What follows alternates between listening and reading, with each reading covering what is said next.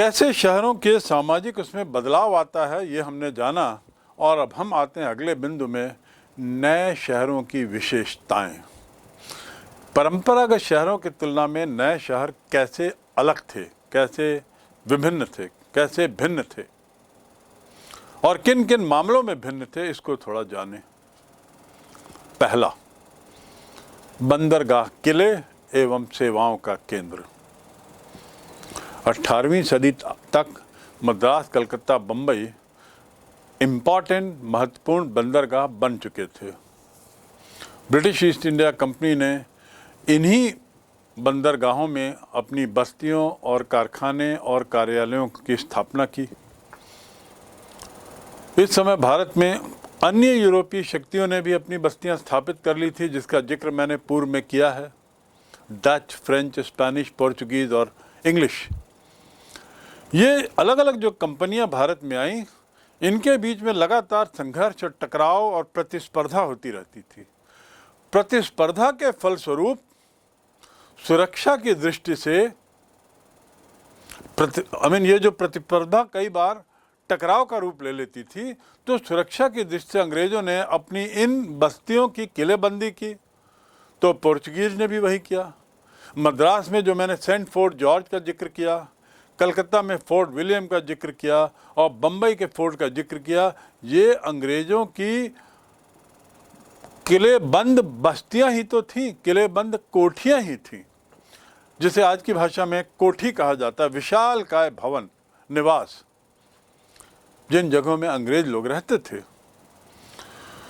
यूरोपीय व्यापारियों से लेन देन करने वाले भारतीय व्यापारी, कारीगर और कामगार जो इसमें काम करते थे, ये भी इन किलेबंद बस्तियों के सीमाओं पर ही रहते थे, ताकि इन गतिविधियों में, व्यापार की गतिविधियों में, बनाने की गतिविधियों में, निर्माण की गतिविधि में और माल को यहाँ वहाँ ढोने की ज़रूरत में ये तुरंत उपलब्ध हो सके। तो इस प्रकार आप देखेंगे कि केंद्र में वह किला है जिसके अंदर अंग्रेज लोग कोठियों, विशालकाय भवनों में रह रहे हैं। उसके पेरीफेरी में, उसके आसपास व्यापारी रह रहे हैं, कारीगर रह रहे हैं और संबंधित कामगार लोग रह रहे हैं। इन किलेबंदी क्षेत्रों से बाहर स्थापित उनकी बस्तियां हैं। उस समय के जो लेखन है कुछ, उस लेखन में इनका उल्लेख वाइट टाउन और ब्लैक टाउन के रूप में किया जाता है। अंदर वाइट टाउन और बाहर black town. White town, black town से आप तो समझ गए हैं कि रंग भेद था, पर ज़्यादा समझने की जो ज़रूरत वो ये है कि रंगों के आधार पर बिल्कुल समाज को ऐसा बांट दिया जाता था। और वाइट लोगों का टाउन जहाँ घेरेबंदी के अंदर था, पूर्णतः सुरक्षित था, पूर्णतः व्यवस्थित था। ब्लैक टाउन उस हद तक पिछड़ा था काफ़ी। 19वीं सदी के बीच अर्थात 1850, 60, 70 भारत में नेटवर्क का, रेलवे के नेटवर्क का बड़ी तेज़ी से विस्तार होता है। परिणाम, ये बहुत से शहर देश के एक दूसरे से जुड़ गए, भारत में जुड़ गए, शेष भारत से भी जुड़ गए। और पहला परिणाम ये। दूसरा, कच्चे माल और श्रम, दोनों चीज़ें। श्रम का अर्थ लेबर, मजदूर। तो कच्चे माल और लेबर के जो स्रोत जो देहातों में थे, दूरवर्ती क्षेत्रों में थे, वे अब बंदरगाहों से जुड़ गए। बहुत बड़ा इसका ये असर हुआ कि देश का इंटीरियर जो है वो अब बंदरगाहों से, रेलवे के माध्यम से जुड़ गया। कच्चा माल निर्यात के लिए उन शहरों में आता था और यहाँ सस्ता श्रम भी विशाल मात्रा में इस प्रकार बंदरगाहों में उपलब्ध हो गया। कारखाने भी बड़ी सरलता पूर्वक अब चलाए जाने लगे। ये अगला परिणाम रेलवे के कारण। सरलता से क्यों? क्योंकि कच्चा माल सतत रूप से आने लगा, श्रम सतत रूप से सस्ते में मिलने लगा और उसके अलावा ये जो फैक्ट्रीज वगैरह थी, इसको बनाने में भी काफ़ी कुछ सरलता हासिल आई। परिणाम क्या देखते हैं कि 1860 के दशक 50-60 के दशक के बाद जो भारतीय व्यापारी थे, जो भारतीय उद्यमी थे, वे बम्बई में सूती फैक्ट्री, सूती कपड़ा मिलों की बड़ी संख्या में स्थापना करते हैं। तो बम्बई सूती मिलों के लिए जाना जाने लगा। कलकत्ता, वहाँ पे यूरोपियों द्वारा जूट मिलें स्थापित की गई। क्यों? क्योंकि पश्चिमी बंगाल के नीचे जो बांग्लादेश है, वह क्षेत्र आज भी विश्व में जूट के उत्पादन में प्रथम है। और जूट के उत्पादन के लिए अत्यधिक नमी चाहिए होती है, इसलिए एक और जहां वहां जूट का उत्पादन नमी के कारण बहुत होता है, वहीं जूट से लगी जुड़ी हुई फैक्ट्रियां वहां लगाई नहीं जा सकती। क्यों? क्योंकि नमी में ये फैक्ट्री काम नहीं करती, बहुत जल्दी खराब हो जाएंगी। तो इसलिए फैक्ट्रीज को कलकत्ता आदि के आसपास लगाया जाएगा और रॉ मटेरियल ट्रेन के माध्यम से अब उन जगहों से आने लगा जहां जूट का उत्पादन अच्छी मात्रा में था। तो बम्बई कपड़ा मिलें, कलकत्ता जूट की मिलें। भारत में ये दो घटनाएं, ये दो डेवलपमेंट औद्योगिक विकास के प्रारंभ की सूचक हैं। ये इशारा करती हैं कि अब भारत औद्योगिक विकास की ओर चल पड़ा। हालांकि कलकत्ता, बम्बई, मद्रास, इनके ब्रिटिश कारखानों के लिए जो इंग्लैंड में था, ब्रिटिश कारखानों से मेरा मतलब इंग्लैंड में जो कारखाने थे, वहाँ से ये बंदरगाह जहाँ कच्चा माल भेजते थे, लेकिन उनकी अर्थव्यवस्था के आधार फैक्ट्री उत्पादन नहीं था।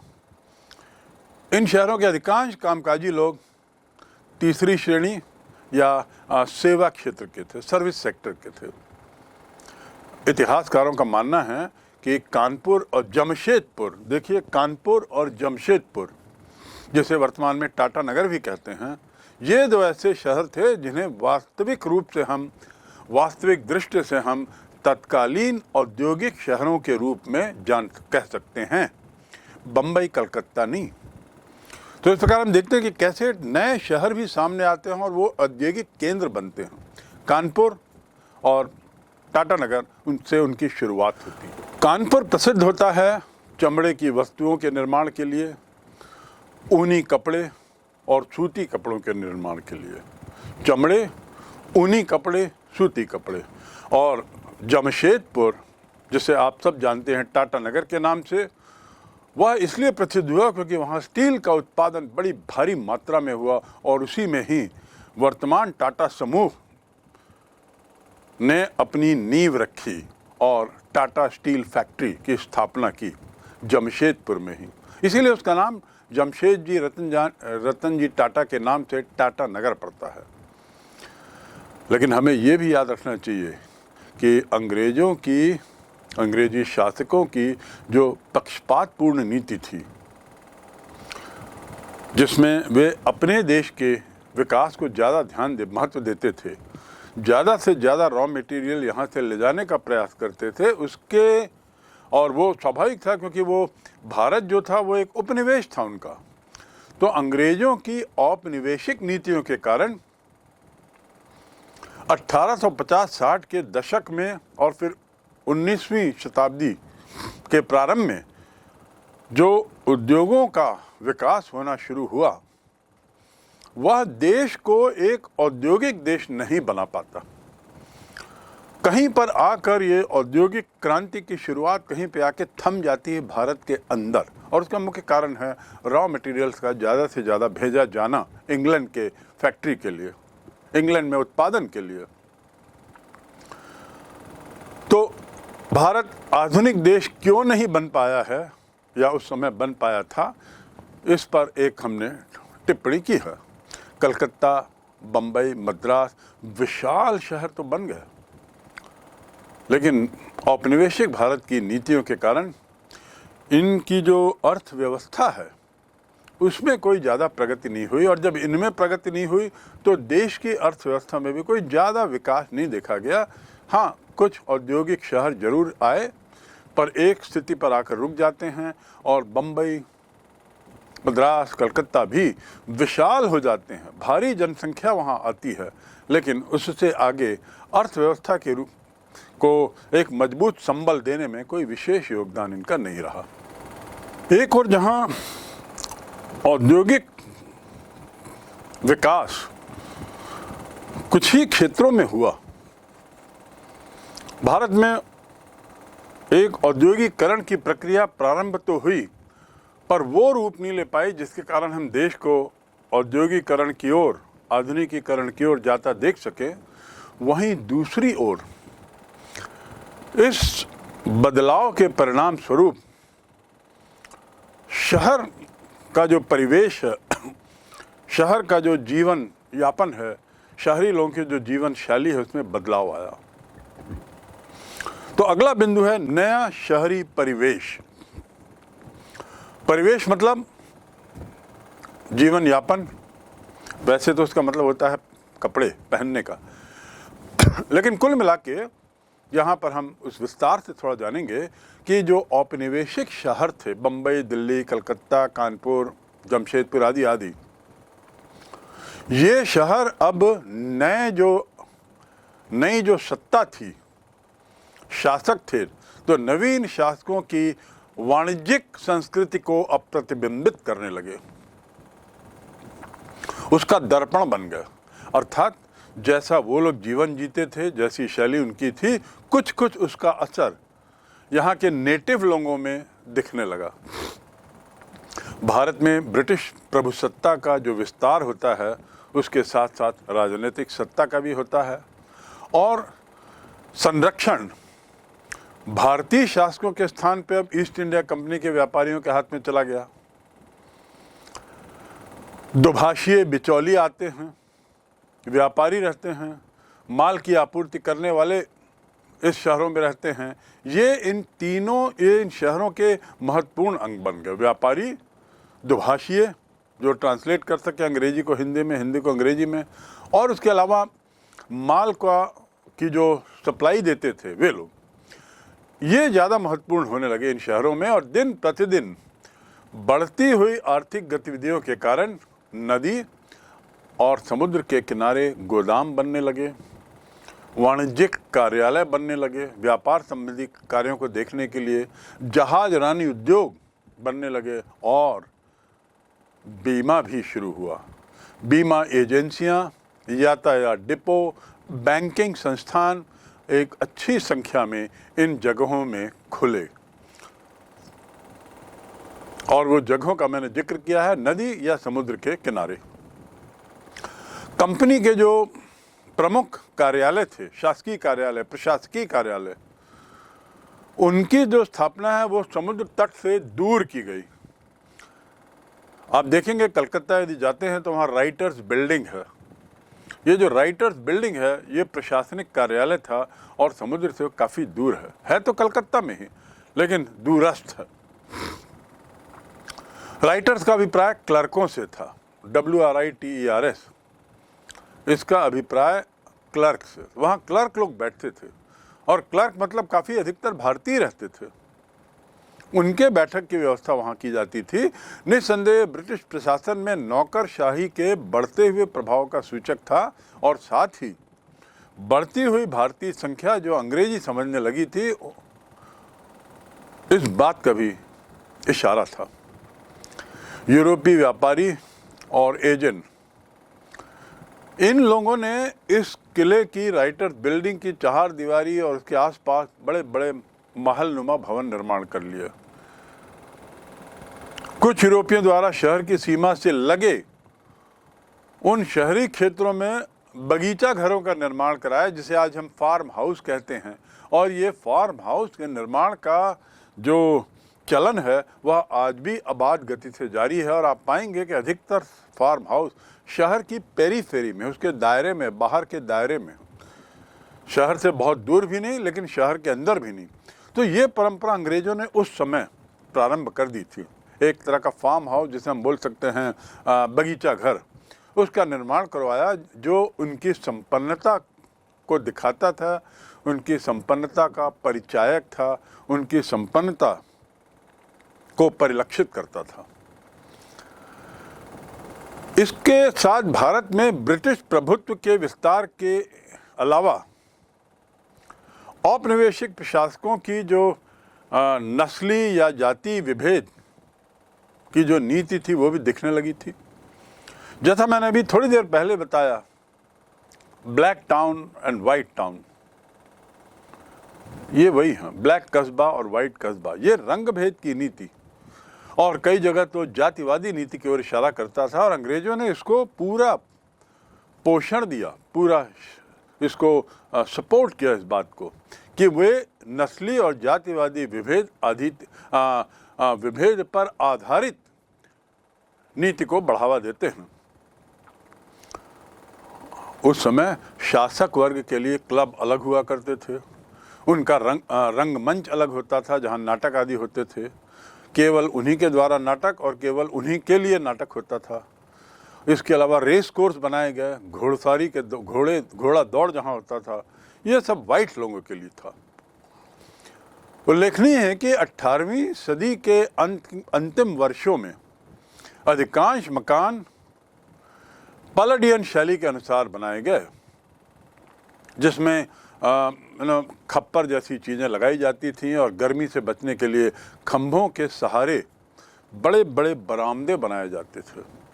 आप देखेंगे पुराने जितने मकान हैं, बंगले, रायपुर में भी हों या नागपुर और उसके आसपास के क्षेत्रों में आप जाएं तो देखेंगे अंदर से बहुत कमरे, विशाल कमरे और कई कमरे, लेकिन उसके चारों तरफ बड़े बड़े बरामदे जो कॉलम से खड़े होते थे, और उन बरामदों में उनकी कुर्सियां रहती थी, टेबल रहती थी, और बड़ी बड़ी पिक्चर्स वॉल में हैंग करके रखते थे। ये उन साहबी अंदाज का एक प्रतिबिंब था। गर्मियों से भी बचाने के लिए बरामदे बड़े काम आते थे, क्योंकि यदि बरामदे लंबे निकले रहते थे तो डायरेक्ट सनलाइट कमरों के अंदर नहीं आती थी, और चूंकि मकान खपरेलू थे, खपरेल के बने थे, वैसे भी वे गर्मी को काफ़ी हद तक उसको एब्जॉर्ब करते हैं, कमरे को, मकान को गर्म होने से बचाते हैं। तो गर्मियों के बचाव का भी इंतज़ाम अंग्रेज अपने तरीके से करते थे। रही बात भारतीयों की, वे भारतीय जो बिचौलिए का काम करते थे, ट्रांसलेटर का काम करते थे, अनुवादक थे या धनी एजेंट थे, बीमा एजेंट आदि, वे बाजारों के आसपास ब्लैक टाउन में रहते थे, जिसका जिक्र मैंने पहले किया है, और परंपरागत शैली से उनके मकान का निर्माण होता था। मतलब बड़ा अंतर स्पष्ट था, मकानों के निर्माण की शैली में भी अंतर दिखता था। जहां अंग्रेज भवन विशाल होते थे और चारों तरफ वरांडे होते थे, भारतीय जो लोग थे उनके भवन कुछ अलग थे, देशी परंपरागत शैली में थे। भविष्य में पैसा लगाने और ज़्यादा से ज़्यादा लाभ पाने के लिए शहरों के अंदर उन्होंने ज़मीन खरीद रखी थी, ताकि भविष्य में कभी यदि अनुमति मिले, कभी संभव हो, तो वे शहर के बीच में आकर निवास कर सकें। तो इस प्रकार आप देखेंगे कि आज भी बहुत सी ज़मीनें इन बड़े बड़े शहरों में उन लोगों के द्वारा खरीद ली गई है जो 1850, 60, 70 के दशक में समझदारी से उन्होंने जिसको इन्वेस्ट किया था, शहर के अंदर की ज़मीनें। शीघ्र ही धीरे धीरे वे लोग जो एजेंट थे, व्यापारी थे, ट्रांसलेटर थे, ये लोग धीरे धीरे अंग्रेजी शैली को अपनाने लगते हैं। पाश्चात्य जीवन शैली से प्रभावित होते हुए अपने में कुछ उनकी आदतों को लेने लगते हैं।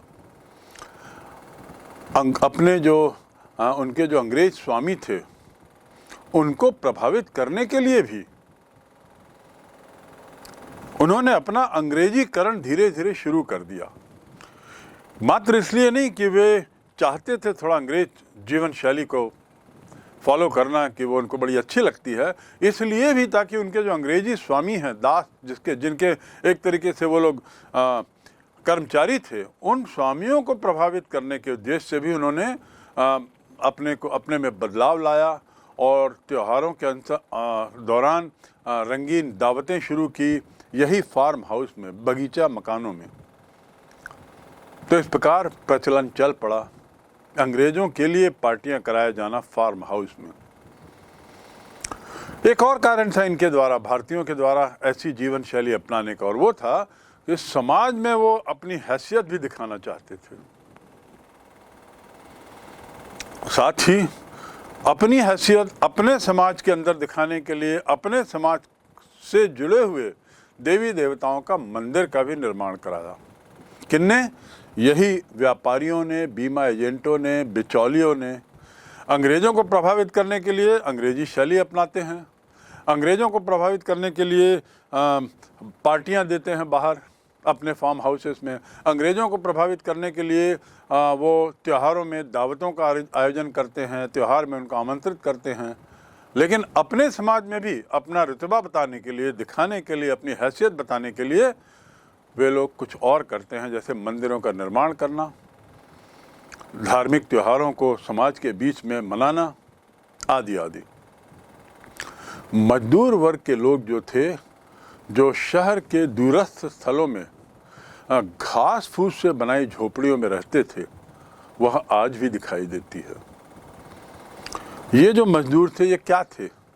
उन बंगलों में और ब्लैक टाउन में जो बड़े बड़े व्यापारी थे, उनके यहाँ खान शामे का काम करते थे, कुक का काम, उनकी पालकियों को खींचने का काम करते थे, गाड़ी वाहन का काम करते थे, चौकीदार के रूप में रहते थे, और इसके अलावा और कई तरह की सेवाएं देते, जैसे पोर्टर, निर्माण में लगने वाले सामानों को ढोना, बंदरगाह में गोदी मजदूर के रूप में काम करना, घरों की साफ सफाई रख रखाई के लिए भी काम करना।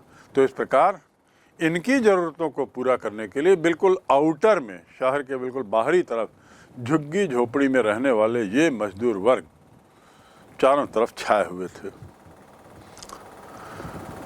तीसरी बात, शहरों के स्वरूप में अब कुछ बदलाव आता है।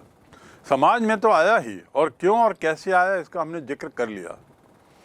देश की स्थिति में भी थोड़ा, अर्थव्यवस्था में भी बदलाव आया रेलवे के कारण, उसको भी हमने समझ लिया। अब हम देखें कि शहरों का स्वरूप कैसे बदला। कुछ हद तक तो हम समझ ही चुके हैं कि औद्योगिकरण ने कुछ नए शहरों को जन्म दिया और एक दिशा दी। कुछ चमड़े के शहर कहलाए, कुछ सूती कॉटन के शहर कहलाए, कुछ जूट के काम के शहर कहलाए, और कुछ स्टील के शहर कहलाए, आदि आदि।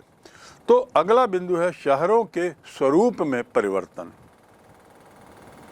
ये बदलाव भी 19वीं सदी के बीच में औपनिवेशिक शहरों के रूप में दिखाई देने लगा। वास्तव में 1857 की जो क्रांति होती है, उसने भारत में औपनिवेशिक अधिकारियों को, अर्थात अंग्रेजों को, बहुत दहशत में डाल दिया था।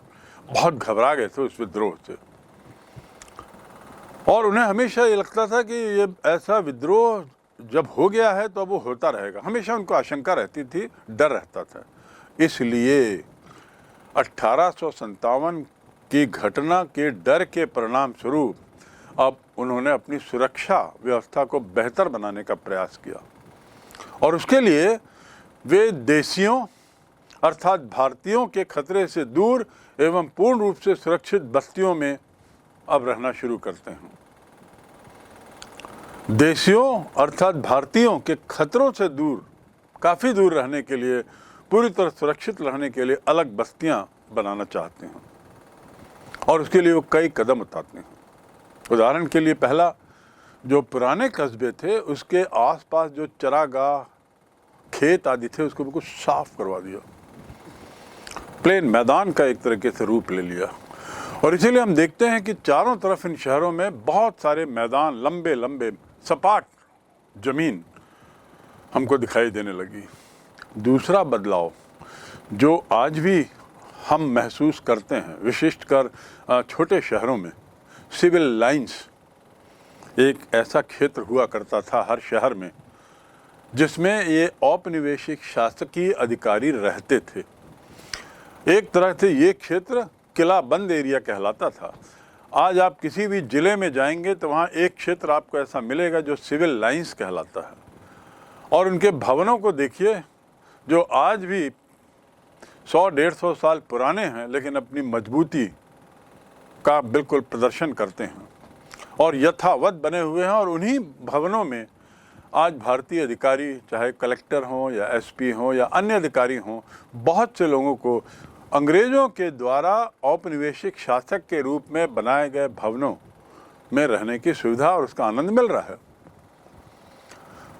तो इन्होंने क्या किया, ये सिविल लाइंस जो क्षेत्र है जहाँ पे अधिकारी लोग रहते थे, अपना कस्बा जिसको उन्होंने बना दिया था, वहाँ पर काले लोगों के आने का प्रतिबंध लगा दिया। वहाँ केवल गोरे लोग ही आते थे, गोरे लोग ही निवास करते थे। आने थे मेरा मतलब निवास करना, क्योंकि मजदूरी आदि के लिए तो उनको कालों की जरूरत होती थी। तीसरा बदलाव जो आता है वो है छावनियों का सुरक्षित स्थानों के रूप में विकास करना। ये छावनी क्या है? छावनी वह क्षेत्र है जो एक तरीके से सिविल लाइंस के आसपास ही रहता था, जहाँ फौज भी रहती थी। आप बहुत से शहर में देखेंगे इन्हीं सिविल लाइन से लगा हुआ एक ऐसा एरिया है जहाँ पे पुलिस लाइन है। वर्तमान में किसी ज़माने में पुलिस लाइन के साथ साथ वहाँ पे फौज भी रखी जाती थी छोटी संख्या में, उन्हें छावनी कहते हो। इनको सुरक्षित स्थानों के रूप में बनाया गया और इनकी मदद से सिविल लाइंस क्षेत्र को बड़ा सुरक्षित कर दिया गया। बड़ी चौड़ी चौड़ी सड़कें बनाई गई और बड़े बड़े विशाल पेड़ लगाए गए, बंगले बहुत विस्तृत रूप में बनाए गए, बैरक, परेड मैदान, चर्च, न जाने ऐसी क्या क्या चीज़ें उन्होंने अपनी ज़रूरतों की इसी सिविल लाइन क्षेत्र में बना ली। और साथ ही एक छोटा सा मार्केट भी वहाँ उन्होंने बना लिया था। ये जो छावनियाँ थी जो फौजी हुआ करती थी, मैंने बताया, तो इस संबंध में पांचवा बिंदु, बल्कि चौथा बिंदु कहना चाहिए, यूरोपीय कमान, अर्थात इसके अधिकारी होते थे यूरोपी, लेकिन नीचे उनके मातहत काम करने वाले सिपाही या कांस्टेबल आदि ये सब भारतीय होते थे, भारतीय सैनिक होते थे। और इनमें से जो यूरोपीय अधिकारी थे उनके लिए सुरक्षित जगह बनाई गई थी रहने के लिए, सुरक्षित आश्रय स्थल की तरह इसका उपयोग होता था। और ये छावनियाँ जो हैं एक तरीके से कहा जा सकता है बहुत ही व्यवस्थित शहरी जीवन का उदाहरण मानी जाती थी, मॉडल मानी जाती थी। वर्तमान में यदि मैं आपको कहूँ तो मऊ, यदि आप कभी जाएं, MHOW, मऊ शहर को देखिए, वो कुछ नहीं बल्कि पूरा छावनी ही है, पूरा शहर ही छावनी है। और स्वतंत्रता के बाद जो लोग वहाँ आके बस रहे हैं वो उस छावनी क्षेत्र के अर्थात शहर क्षेत्र के बाहरी इलाकों में रह रहे हैं। MHW का फुल फॉर्म मैं यहाँ बताना चाहूँगा, वैसे तो हिंदी में मऊ कहते हैं, वह था military headquarter of MHO of war, military headquarter of war, MHOW, अर्थात पूरे एशिया में ब्रिटिश फौज या एलिस फोर्सेस को कमांड करने के लिए मऊ को इंदौर के पास जो है कमांड सेंटर बनाया गया था। और इस प्रकार वो पूरा क्षेत्र ही छावनी था। तो आपको ये मालूम होना चाहिए कि आज जो हम छोटे छोटे शहर में कुछ सिविल लाइंस देखते हैं, उसकी व्युत्पत्ति कहाँ से होती है, कुछ क्षेत्र जो छावनी कहलाते हैं उसकी व्युत्पत्ति कहाँ से होती है, और इसके और समझने के लिए हमको 150 साल पुराने इतिहास में जाने की जरूरत थी। तो शहर का, तत्कालीन शहरों का एक खाका आपके सामने अब तैयार हो गया। आप समझ सकते हैं, केंद्र में करीब सिविल लाइंस होगा, उसके चारों तरफ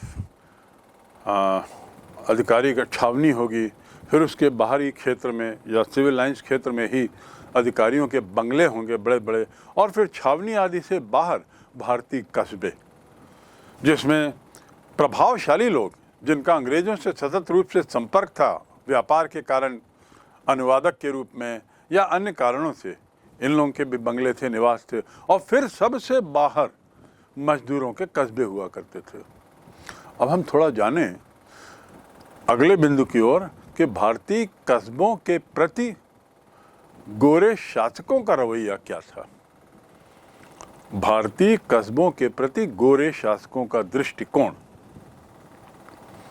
ये जो गोरे शासक थे, इन कस्बों में कोई इनकी रुचि नहीं थी। बड़ी घनी आबादी वाले होते थे कस्बे, और बड़े बेतरतीब तरीके से बसाए गए थे और अपने को बसाया था। तो इस बेतरतीब और घनी आबादी वाली बसाहट से ये लोग दूर रहते थे और इसमें इनकी कोई रुचि नहीं थी, और उनको वे लोग केवल अराजक तत्व के रूप में ही देखते थे, हो हल्ले वाले क्षेत्र के रूप में देखते थे, गंदगी और बीमारी का स्रोत मानते थे।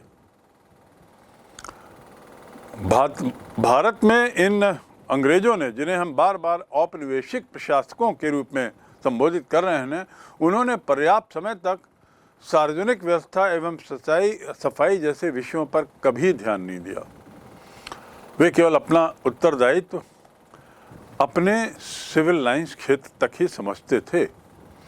केवल गोरों की आबादी ही उनके उनके कार्यक्रम के दायरे में आता था। केवल गोरों की आबादी में सफाई, स्वच्छता आदि बनाए रखने के लिए और अन्य सुविधाएं प्रदान करने के लिए ये औपनिवेशिक शासक हमेशा तत्पर रहते थे, और बाहरी बस्तियों में कस्बाई बसाहट में उन्होंने कोई ध्यान नहीं दिया। लेकिन कब तक ऐसा होगा कि आसपास गंदगी हो और उसका प्रभाव अंदर ना पड़े? परिणाम क्या होता है? कई जगह से हैजा, प्लेग आदि की शिकायतें आईं, आदि बीमारियों के फैलाव की जानकारी मिली। जब हैजा और प्लेग जैसी भयंकर महामारियों ने हजारों लोगों को कीड़े मकोड़ों के समान अपना शिकार बनाया, तब ये औपनिवेशिक अधिकारी अर्थात अंग्रेज इस ओर मुड़ते हैं, मुखातिर होते हैं और फिर प्रयास करते हैं कि कैसे इन क्षेत्रों में भी उचित हाइजीन की व्यवस्था की जाए, उचित सफाई की व्यवस्था की जाए। इस प्रकार उनके लिए स्वच्छता और सार्वजनिक स्वास्थ्य के कड़े कदम उठाए जाने की जरूरत इसलिए नहीं पड़ी क्योंकि वे अंग्रेजों को स्वच्छ रखना चाहते थे, बल्कि इसलिए कि संभावित हैजा, प्लेग आदि बीमारियों से वे गोरों को बचाए रखना चाहते थे। अब बच नहीं सकते थे, इस प्रकार उनके लिए अब स्वच्छता और सार्वजनिक स्वास्थ्य के लिए कड़े कदम उठाना अब जरूरी हो गया। परिणाम क्या होता है? 1860-70 के दशक में कई कड़े कानून आते हैं सफाई को लेकर। भारतीय शहरों में निर्माण के कामों पर काफ़ी अंकुश लगाया गया। लगभग इसी समय भूमिगत पाइपलाइन डालने का प्रस्ताव आया और काम शुरू हुआ। Underground sewage system, water system, जल पूर्ति की व्यवस्था इस अंडरग्राउंड पाइप से की जाने की व्यवस्था की गई, और साथ ही गंदे पानी के निकासी की भी व्यवस्था पर ध्यान दिया जाने लगा। तो कहने का तात्पर्य यह है कि अंग्रेज जो बार बार इस बात को कहते हैं कि हमने भारत में बहुत से क्षेत्रों में आधुनिकीकरण किया है, रेल लाइन देकर, सीवेज सिस्टम बनाकर, चौड़ी सड़कें देकर, ड्रेनेज सिस्टम को ठीक करने का प्रावधान, ये हमने भारतीयों के लिए किया, यह कहना तर्क गलत है। भारतीयों को यह सुविधा इसलिए नहीं मिली कि उनके लिए की गई, बल्कि इसलिए मिली क्योंकि वो ये सुविधाएं अंग्रेज़ों को देना चाहते थे और अंग्रेज़ों के लिए ही किए, लेकिन विवशतावश स्वास्थ्य आदि विषयों में उनको भारतीयों को भी अपने दायरे में लाना पड़ा। अपनी सुरक्षा के लिए उन्होंने महसूस किया कि अब भारतीयों को भी ये सब मुहैया कराना जरूरी हो गया है यदि हमें सुरक्षित और स्वस्थ रहना है। तो जो वर्तमान में बहुत से शहरों में हम फंक्शनल के ड्रेनेज सिस्टम देखते हैं, वर्तमान में जो हम रेल व्यवस्था देखते हैं इतनी विस्तृत विशाल, वर्तमान में जो हम बहुत सारी सड़कें देखते हैं, इसके पीछे काफ़ी कुछ अंग्रेज़ों का हाथ था, जिन्होंने 1850, 60, 70 के दशक में ये सब काम किए, और आज काफ़ी कुछ उसी से हम क्यों लेकर, इशारा लेकर आगे काम करते हैं।